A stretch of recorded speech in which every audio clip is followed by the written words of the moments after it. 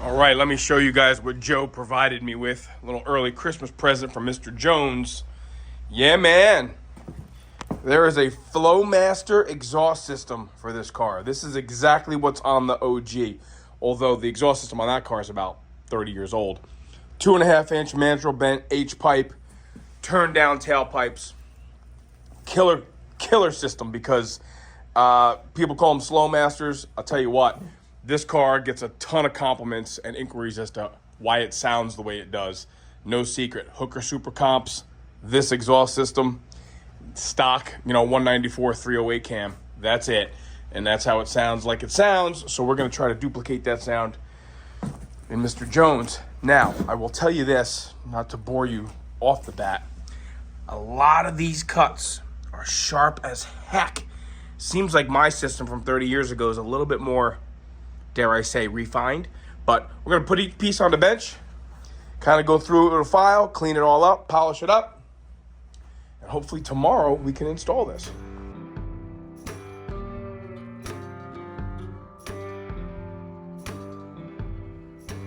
I'll give you a little closer look as to what I'm talking about here. See, when they cut these, we want the tailpipes to have that turn down effect like that. We don't want those straight tailpipes. We do have them on the Le Mans, and it doesn't look bad on that car, but it's not supposed to have tailpipes like that. So even though they're incorrect in that they're 2.5-inch,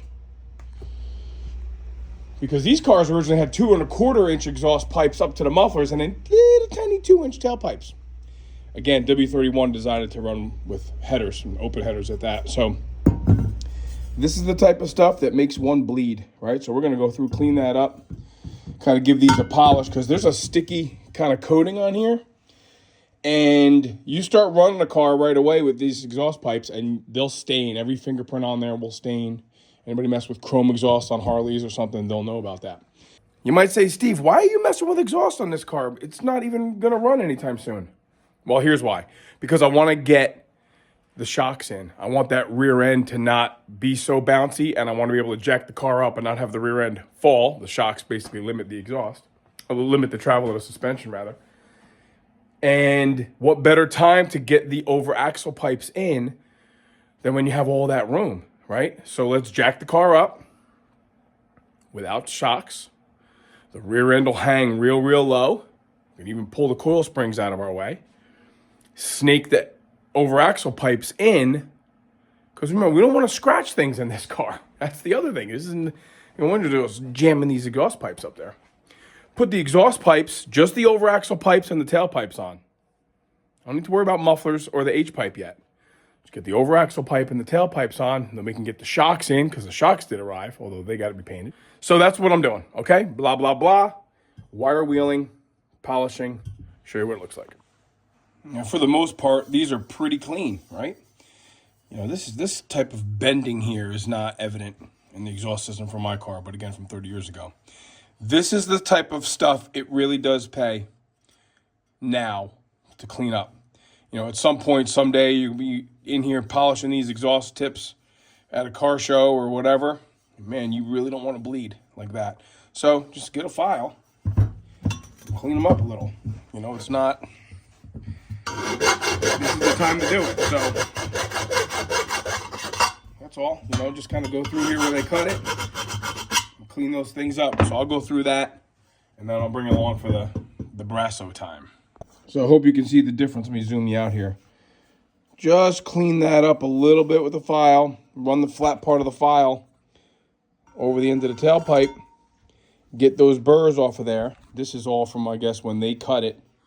Both tailpipes have that consistent grinder chatter on there. I'm sure you can see the difference. There's even some dents, which obviously everybody knows how I love my ball peen. This had a pretty good dent here right at 12 o'clock. I kind of just knocked that down in there. I'll do the same over here and kind of give it, like, look at that. Look at that gnarly stuff right there. That's a gasher, bad news. So you don't want to have that kind of stuff there. All right, that's all. And then clean it up. Oh, also, where these pipes come together, it doesn't hurt to take your curved file and just zing it through there a little bit, get the burrs off. It definitely helps assembly go a lot easier. So it even give you a better idea of the irregular cut that you may get out of the box. So we're gonna knock that one down. This one's a little bit worse than the other one, honestly. Okay. Hope you can see the difference between the two tailpipes. Obviously, I'm proud of how this one looks. So that's why I'm pointing to it. The other one is how it comes out of the box. Aluminized, yes. Sticky, gooey, you know, with some cosmoline or some kind of grease on it, sure. So let's hit it with some chrome polish. I polished both tailpipe extensions. I polished this over axle pipe. I'm so frustrated because I was thinking about work, regular work. This is nice. I knew about this in the box. I assumed this one was like this. When I was polishing them, this looked so normal to me, and I'm just rambling on, and holy crap. I have two different over axle pipes, and this exhaust system is not inexpensive. Flowmaster through Holley. This is frustrating as all heck. You know, I like that. Why would I want to be underneath this car and lose points at Pebble Beach for two exhaust pipes that don't match one another?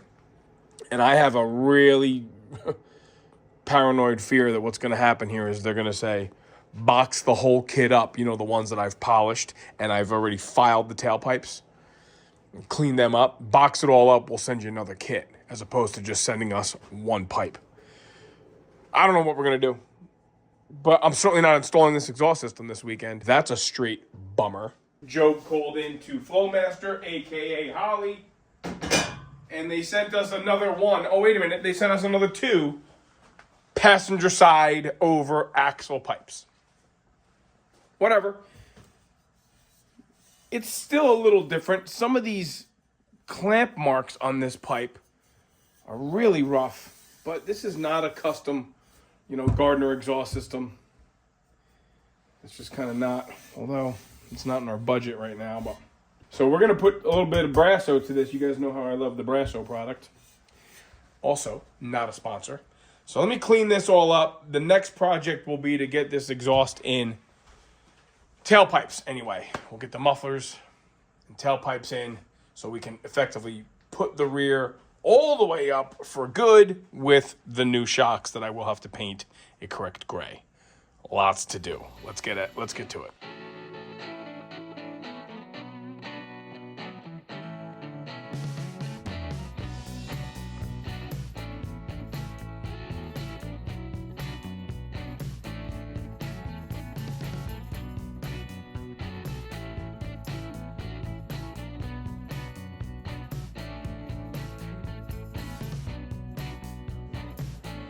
Before, after. I've said it before and I'll say it again, and for nobody else's benefit but my own. Definitely, I can tell. You might not be able to tell on camera as much. This is definitely shinier. Shine equals good, okay? Like the top of my head, I like things to shine. So there you have that. I got to stop saying so. I notice I say it a lot in videos, because it's kind of like my mental reset. I guess I need to come up with a different word. There we go. Let's dent it. Here's a spare one. And then I have the welded one over there. That'll go in the pile of exhaust parts to go on the car. I'll bring it back on this part when I get to that part. What I'm about to do is start installing these tailpipes on the car. With the ever-important turn-down tailpipes. W31s, unlike 442s, did not have the straight-out tailpipes. The big reason why I'm doing it, and I'm going to show you why I'm doing it now, is because we have no rear shocks on the car, and I want to put the rear shocks on. Obviously, without the rear shocks, I can drop the rear end really, really low. That's going to allow me to snake these exhaust pipes up and over the axle and under the frame without scratching things, because under here has become relatively obscene, and we really don't want to mess around. We did get original style exhaust clamps. I don't have to use all the aftermarket ones that came with the system. So we have these, and we have those original style muffler clamps right there. Now, we're not gonna put the mufflers on because that's how we start tuning and timing the exhaust. When I say tuning, I mean how it is, you know, the pitch and the yaw of the exhaust system. We're not ready to do all that. I just want to get them up and over the axle so we don't risk doing it later on and scratching things. Ideally, the exhaust would have been on before the body, but it just didn't work out that way. This is when it's very obvious that I am not a professional videographer. I'm not even a professional anything. I find myself oftentimes just tending to tasks and I don't bring everybody along. And then Joe and I are occasionally scrambling for content to show. What I want to show is that these are the shocks that came on that rolling chassis that Dave from Chicago brought down. These are the same exact brand shocks that Joe bought for the front of Mr. Jones.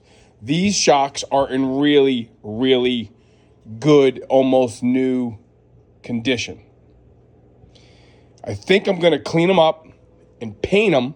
We'll at least have a matched set of shocks.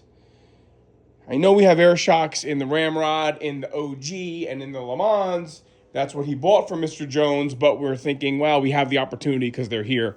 We may as well do it. Okay, little thing. There's the upper shock mount.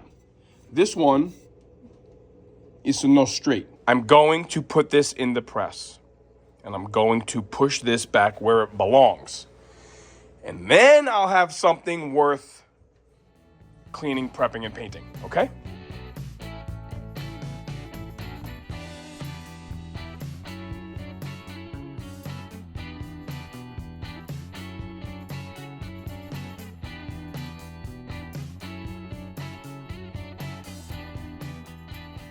I challenge anyone out there to find someone else that can make a regular project into a big project better than me.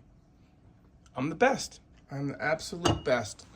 Because this bushing was off center and I was going to put it in the hydraulic press and I did all of this and that, I couldn't get, the upper mounting tab to be centered along with the bushing. So I just took it all apart, just like any other control arm bushing or anything else. I took the upper mount out, the bushing out, cleaned this all up, put this whole affair, the bushing on that upper shaft, I put that together, centered it how I wanted it, put it in the freezer.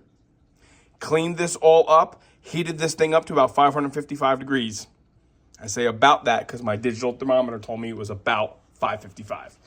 Then I took a pair of channel locks and I put a little bit of silicone on the outside of that and I crammed that bad boy in there. 45 minutes just to get it ready. This is not painted. This is just cleaned with some thinner because I got handprints all over it.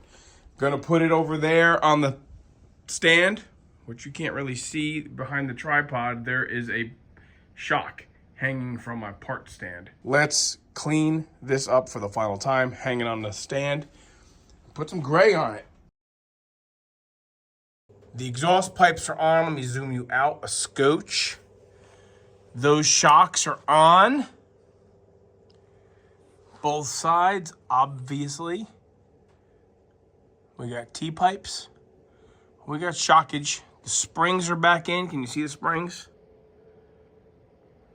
Both sides. What did I do? I sanded, cleaned up those shocks, painted them a gloss, stone gray, I think it is. I don't like to see the nuts and bolts here on the exhaust clamps, so I had to play around with some clamps I had. You know what else is very obvious, and we'll talk about this maybe later. I don't want to talk about it again. Let's talk about it now. The original exhaust pipe hangers that bolt to the frame. Can you see those? So guess what? These cars had an anemic exhaust system from the factory. Manifolds with a cap for the crossover pipe, and they had a 2 1/4 inch exhaust pipe to a 2-inch tailpipe. Well, guess what, sports fans? When you put a 2.5 inch exhaust system on here, yeah, those stinking brackets don't receive a 2.5 inch exhaust clamp. Take them back off the frame without scratching things and cursing too much, and elongate those holes so as to receive a 2.5 inch clamp. Do that, put this all together, try to get the clamps where the nuts are high so you don't see them, so it has that slick look. And we can't time them and set them the way we want because there's nothing else left on the exhaust system. But what we do have after today, say it with me, look at that. Tailpipes and rear shocks. Sweet. Let's drop it down, see how it looks on the ground, and call it a day.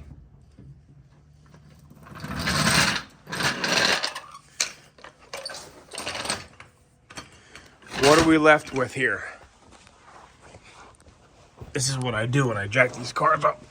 I put this big old ugly sponge on the jack, and I put this microfiber between the sway bar and the housing. How are we looking?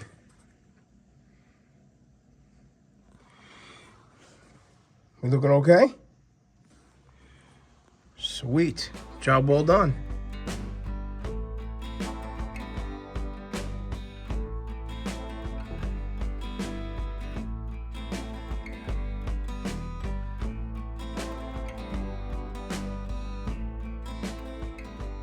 Yesterday was a really productive day, so let's keep this thing going here. I'm going to get the front shocks prepped and painted so we can finally install them here. I'm going to try to jack this thing up without scratching it because we've gotten to that point where it's a big concern of mine. So, I got a big rubber pad on the floor jack so as to not scratch my show car frame. And these are the shocks, all painted up. I did have to tape off the shaft of the shock. And the top threads here. I'm gonna go ahead and untape these things. I'm gonna put these keepers on the bottom of the control arms. I got them soaking in the juice I like. Not ultra exciting at all, but there's a new shock installed. That's pretty cool. Yeah, man. Looks good, right? There it is without the blue tape on there anymore. Put our grommetry on. Got some bushings and a retainer on either side. Just like a sway bar link. Really nothing different there. I'll stick it through. Put the nut on so I got it hanging. Then we can get it up in there and put our speed nuts on. Tough for me to do this and have you under there recording. I'm not quite sure why that was such a pain in the neck, but it kind of was. I guess, you know, anytime you're doing things by yourself and you think you're gonna take 5 minutes to do it, it just feels like it's a pain in the neck. So there's the shocks installed. Kind of sort of minty, you know, they're okay. There's a little bit of fish eyes on one spot on one of them, and I did do some scratching on the lower control arm, but, you know, we'll touch those things up when we have to. I guess that's the end of this one. I do like laying underneath here and just taking stock of all these cool things. What do we have? We have rear shocks installed. We have tailpipes installed. We have front shocks installed. We have a wiper motor installed. And we also have the brake and clutch pedal installed. So not a bad deal. I think what we're gonna do now is probably Big J's gonna come over tomorrow, I think. We might push this bad boy out. I'm just loving how it looks under here compared to how it was when Joe bought this car. Push this car out into the trailer, bring Alyssa's convertible in here because we can start working on the front brakes on that thing. That's gonna be a fun project. All right, a lot of little things get done. Maintain forward progress every single day. Never hurts. Thanks for watching. We'll see you next time.